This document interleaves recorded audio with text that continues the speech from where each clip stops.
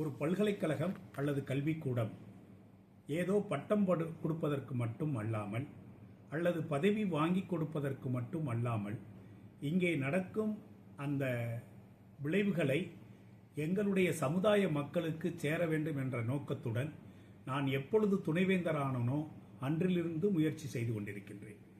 இதனுடைய உச்சக்கட்டமாக இன்று ஏஐ என்று சொல்லப்படும் ஆர்டிஃபிஷியல் இன்டெலிஜென்ட் என்ற ஒரு உபகரணம் இன்று மக்கள் மத்தியிலே பேசப்படுகிறது. இன்னும் பல இடங்களிலே இதனுடைய பயனை அளித்துக் கொண்டிருக்கிறார்கள். அதன் விளைவாக மிக நாட்களுக்கு முன்பு நான் இந்த ஏஐயை பயன்படுத்தி இந்த பல்கலைக்கழகத்தில் ஏதாவது செய்ய வேண்டும் என்று நான் முயற்சி செய்த பொழுது ஏஐயை பற்றி தெரிந்த என்னுடைய அருமை நண்பர் கிறிஸ் அவர்கள் இந்த விஷயத்தை நான் படித்து தெரிந்து கொண்டதை விட அருமையாக விளக்கினார்.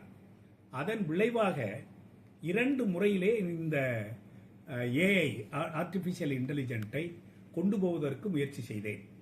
ஒன்று, ஒரு ஆர்டிஃபிஷியல் இன்டெலிஜென்ட் எனப்படுகின்ற அயலாருடைய மூளையை உபயோகப்படுத்துவதற்கு போல் இல்லாமல் நாம் நம்மளுடைய அறிவுத்திறன் என்ன என்பதை முடிவு செய்து அதை ஆர்டிஃபிஷியல் இன்டெலிஜென்ட் மூலம் சரி செய்து அதை பயன்படுத்த வேண்டும் என்பதுதான் என்னுடைய முக்கிய குறிக்கோள்.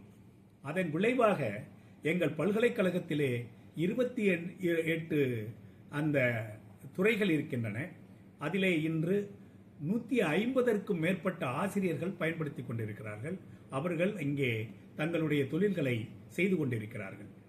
அவர்கள் படிப்பை சொல்லிக் கொடுப்பதற்கு மட்டுமல்லாமல் ஆராய்ச்சிகளும் செய்து கொண்டிருக்கிறார்கள். இதன் முக்கிய பங்கமாக நாம் ஒரு படிப்பை கொடுப்பதற்கு முன்னால் அதில் கோர்ஸ் என சொல்லப்படுகின்ற அந்த சிலபஸ் நாம் தயார் செய்ய வேண்டும். அந்த சிலபஸை யார் தயார் செய்கிறார்கள் என்றால் பல பல்கலைக்கழகத்தில் இருந்த பேராசிரியர்களை கூட்டி வந்து அவர்களை ஒன்றாக அமர வைத்து ஒரு கோர்ஸ் எவ்வாறு இருக்க வேண்டும், உதாரணத்திற்கு சொல்ல வேண்டுமானால் பயோடெக்னாலஜி என்ற துறையிலே நாம் எப்படி நாம் ஒரு நல்ல நிலைமையை கொண்டு வர வேண்டும் என்று ஆராய்ந்து படிப்புகளை சொல்லிக் கொடுத்துக்கிட்டு இருக்கிறார்கள். அதைத்தான் இன்றும் பயன்படுத்தி கொண்டிருக்கின்றோம். நாங்கள் மட்டுமல்ல, அனைத்து பல்கலைக்கழகம் கல்லூரிகளில் இதைத்தான் பயன்படுத்துகிறார்கள். ஆனால் இன்று நான் செய்த அந்த கோர்ஸ் ஒர்க் என்று சொல்லுகின்ற அந்த பயன்பாடு எவ்வாறு இருக்கிறது என்பதை நான் எப்படி உறுதி செய்ய வேண்டும் என்பதை முற்கொள்ளும் பொழுது எனக்கு இந்த ஆர்டிஃபிஷியல் இன்டெலிஜென்ட்டுடைய நினைவு என்னை வந்து தாக்கியது.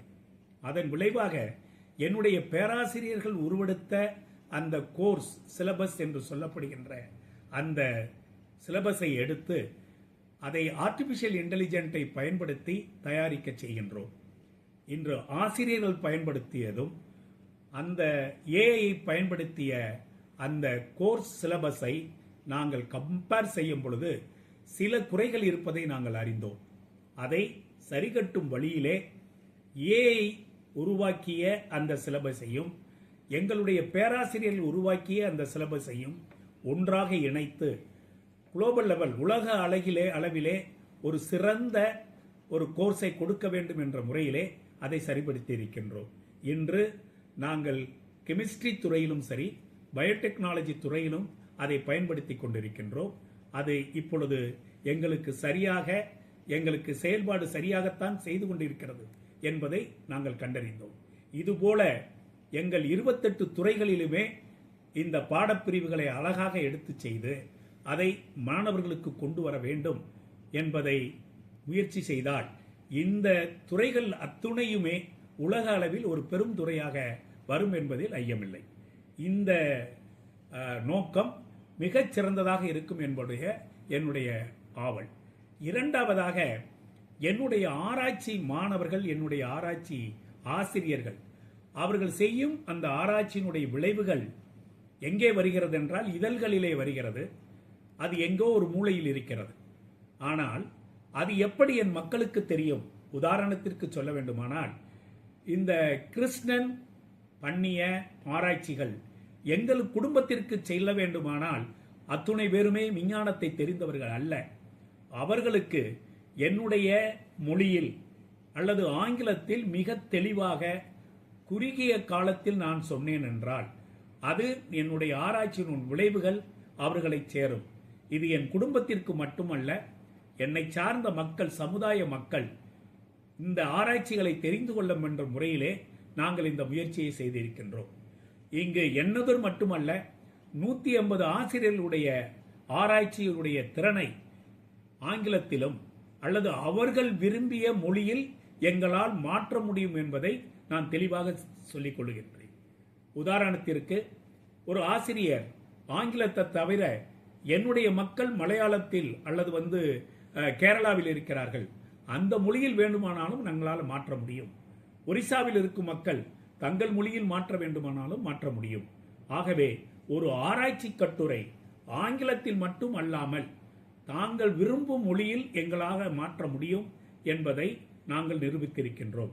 இதை தவிர எங்கள் பல்கலைக்கழகத்தில் இருக்கும் ஆராய்ச்சியினுடைய விளைவுகள் தமிழ் மொழியில் மொழிபெயர்க்கப்பட்டு இங்கு இருக்கும் சமுதாய மக்கள், பள்ளியிலிருந்து என் சமுதாயத்தில் வாழும் அத்தனை பேருமே புரிந்து கொள்ளும் விதமாக அதை மாற்ற இருக்கின்றோம். அதனுடைய விளைவாகத்தான், ஏதோ ஒரு விளம்பரத்திற்காக அல்ல, ஆர்டிபிஷியல் இன்டெலிஜென்ஸ் என்பது நாம் தொட முடியாத ஒரு இடத்தில் இல்லை.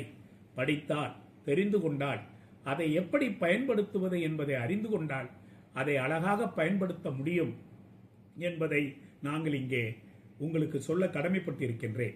மேலும் இந்த ஏஐ ஆர்டிபிஷியல் இன்டெலிஜென்ஸை கொண்டு வருவதால் விரைவாக ஆராய்ச்சியின் முடிவுகள் மக்களுக்கு கொண்டு செல்ல முடியும்.